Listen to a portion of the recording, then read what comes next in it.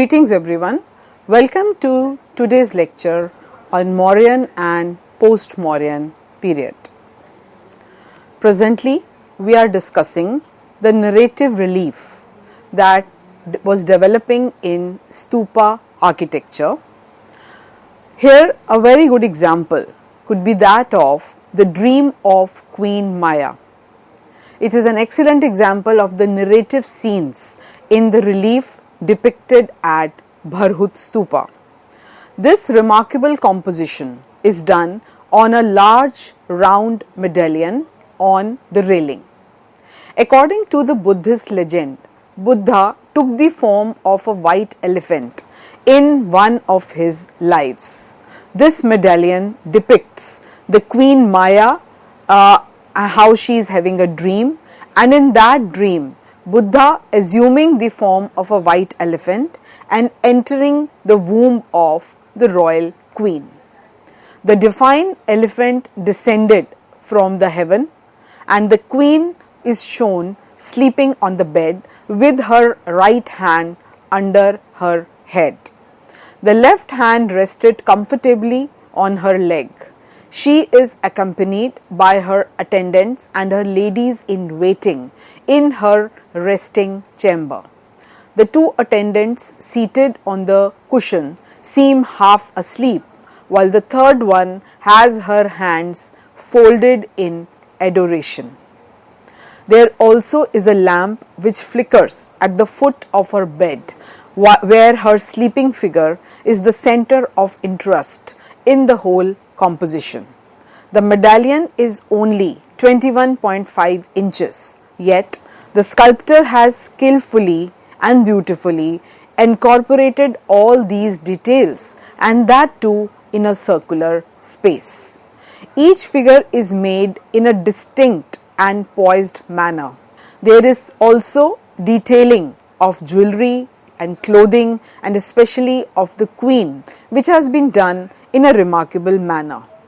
Also not to miss the floral depiction, which is noticed above with the feet of the nymphs, while the creeper is laden with fruits. As you can see in this image, this is Queen Maya's dream, where you can see the queen lying down on the bed, and the entire scene that I have just described, how vividly it was shown on this small surface, which was hardly 21 inches, and that too a circular area. This is the view of the railing, which you can see on the screen. Now, as we are discussing the several developments that took place during the post-Mauryan period. So, although the Greeks, Shakas, Parthians and Kushanas, they were foreigners, they were slowly getting absorbed into the local population. Since they were warriors, the lawgivers assigned them the status of Kshatriyas. It should be noted that such a large-scale assimilation of foreigners into the Indian society took place during the post-Mauryan period. We can say roughly from around 200 BCE to 3rd century CE, profound changes took place in the economic and political life and vital developments in different aspects of cultural life, whether it was religion or art or science or technology, came to be seen. There was a significant advancement in foreign trade, both by land as well as by sea, besides the emergence of various crafts. One new development that was emerging was that art being developed on a flat surface.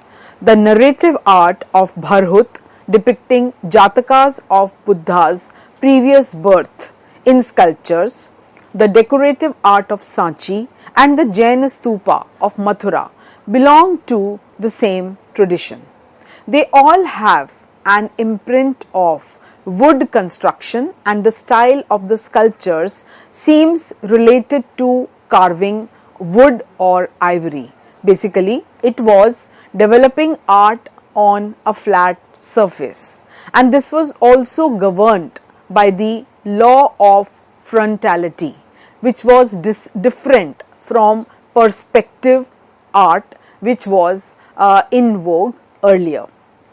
So whether it is the representation of Buddha by his lotus feet, or an empty throne, or a pair of fly whisks, or three Ratna symbol, or the nativity of Maya Devi by the two elephants elegantly giving an abhishek or bath to the newborn, then pouring water from the kalash or the jars, the language employed by the artist was that of symbols. And this was all the more easier when it was done on a tiled surface. Now here you can see the visual of a part of Bharhut Stupa railing, and you can see different medallions, and it was on these medallions that the narrative relief sculpture was developing. This is a presentation of Jetwana monastery, where different activities that usually take place in a monastery were depicted. Now if we talk about the stylistic features, then the Bharhut relief appears flat without any suggestion of depth at the background. They look like plasticine figures on a flat board. The Bharhut railings had remarkable relief sculptures which also had a freshness of vision. It is one of India's earliest and most significant monuments, and it is also important as a library of Buddhist mythology, as several art historians believe. It also has prime value because it preserves the early iconographic motifs. These motifs are of immense value and importance as they later matured in the art forms in the centuries to come, both in the Buddhist as well as Brahmanical art. The first 2 centuries BC is best represented by a section of the railing surrounding the famous stupa of Bharhut. The sculptors took the opposite direction, producing highly abstract forms that stressed both flat as well as cubic shapes. The outlines were sharp and angular, the surface was hard, and the ornament was quite precise as well as detailed. So the loosely joined parts of the body gave the figures a puppet-like character. So instead of being established on the ground, the somewhat weightless figures seem to be floating above. So this is another example of Bharhut Stupa engraving, which again can be considered as part of the narrative art. This is an example of Bharhut sculpture. With Bharhut we see the beginning of narrative relief sculpture, which was greatly favored by artists of this period, and it also culminated in the superb Amravati masterpieces of the next stage. We also find stated here for the first time and with comprehensive authority the ornamental vocabulary of Indian art of all subsequent periods. From this point of view, it is possible to think of the style of the 2nd century BCE as marking a new stage in Indian sculpture. A very important element of this was the inclusion of text, and also this text was clearly visible in their narrative panels, and often individuals also were identified in this panel. Adoration of the diamond throne and the Bodhi tree was a very favorite theme in Bharhut relief. The inscription between the Chaitya arches read Bhagavato Saka Munnino, that is the building round the Bodhi tree of the holy Sakya Muni, as you can see in this visual. Worship of the Bodhi tree was another very important theme that was shown time and again, and also worship of Dharma Chakra, as you can see The Bharhut Eastern Gateway was the only remaining of 4 original gateways. It was made in between 100 to 75 BCE based on the artistic analysis and is therefore considered as posterior to the railings. One of the pillar capitals with lions, flame palmet in their back, rosettes and beads and reels is considered as very important. The craftsmen are thought to have been from northwestern India, probably Gandhara, as they inscribed masons' marks in Kharoshthi, which was the script of Gandhara. Throughout the gateway structure, 7 such Kharoshthi mason marks have been recorded on the gateway. Gandhara was a core territory of the Indo-Greek kingdom at that time, and these craftsmen probably brought Hellenistic techniques with them and also styles to the which were used in the manufacture of the gateway. On the contrary, masons' marks in the local Brahmi script have not been found on the gateway, but exclusively on the railings. In fact, there are 27 Brahmi masons' marks that have been found, indicating that local craftsmen probably created these railings. The structure as a whole, as well as various elements, clearly point to Hellenistic and other foreign influences. For example, the fluted bell or the endorsed capital of the Persepolitan order, and also the abundant use of the Hellenistic flame palmet or honeysuckle motif. Besides the origin of its contributors, the gateway retains a very strong Indian character. As you can see in this image, which is of Bharhut gateway, you can see clearly the Indian character that is depicted on this gateway. The style clearly represents the earliest phase of Indian art, and all the characters were depicted wearing the Indian garment like dhoti, except for one foreigner that was probably an Indo-Greek soldier with Buddhist symbolism. So the Bharhut carvings are slightly earlier than the Sanchi carvings and also the earlier Ajanta frescoes. In conformity with the early aniconic phase of Buddhist art, the Buddha is only represented through symbols such as the Dharma wheel, the Bodhi tree or an empty seat, footprints or the Three Ratna symbol. An unusual feature of the Bharhut panels, as I have just explained, was the inclusion of text, also identifying the individuals. The Bharhut stupa may have been built by the Mauryan king Ashoka in the 3rd century BCE.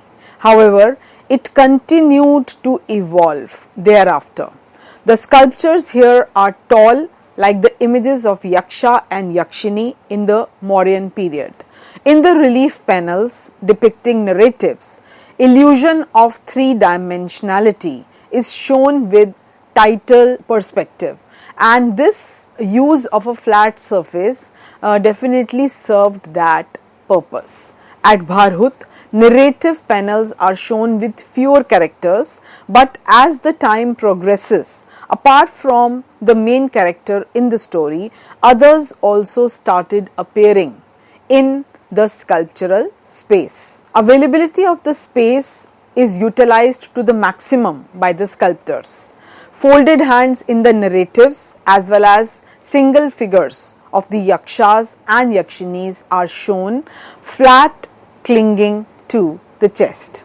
There is a general stiffness in the body and arms of these sculptures, but gradually such visual appearance came to be modified by making images with deeper carvings, pronounced volume and a very naturalistic representation of human and animal bodies.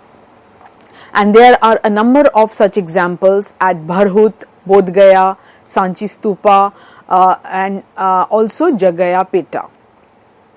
Narrative reliefs at Bharhut show how artisans used the pictorial language efficiently to communicate stories.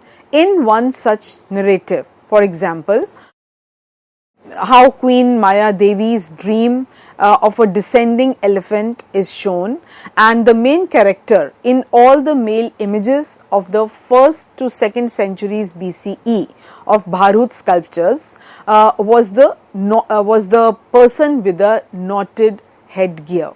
So when we talk about aniconism, Bharhut Stupa specially represents that phase of Buddhist art where Buddha was shown as a collection of symbols.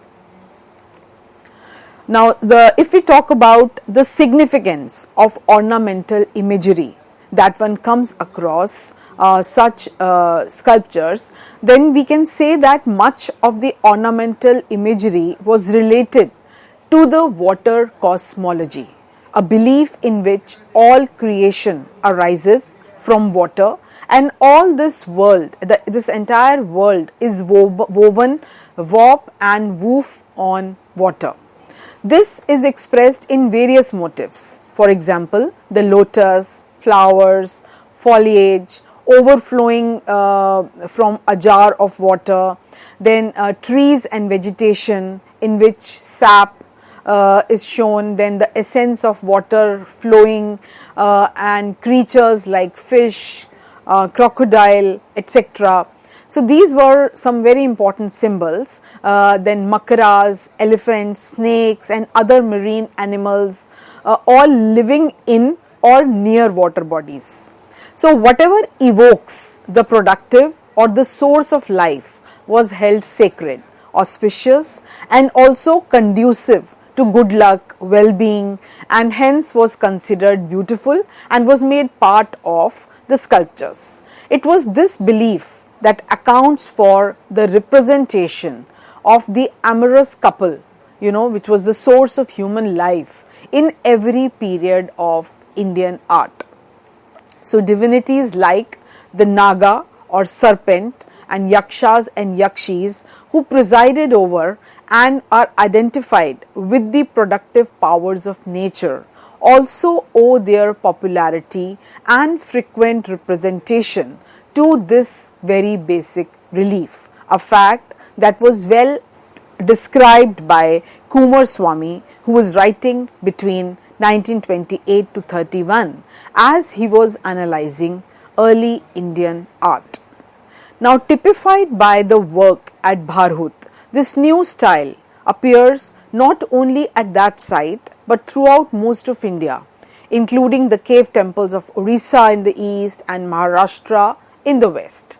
So it was also found at Mathura, Sarnath, Sanchi, distant Amravati also in Andhra Pradesh, and at several other centers. And the style also displayed local features at each of these sites. So it was not as if there was only a replication of the style that had evolved at Bharhut.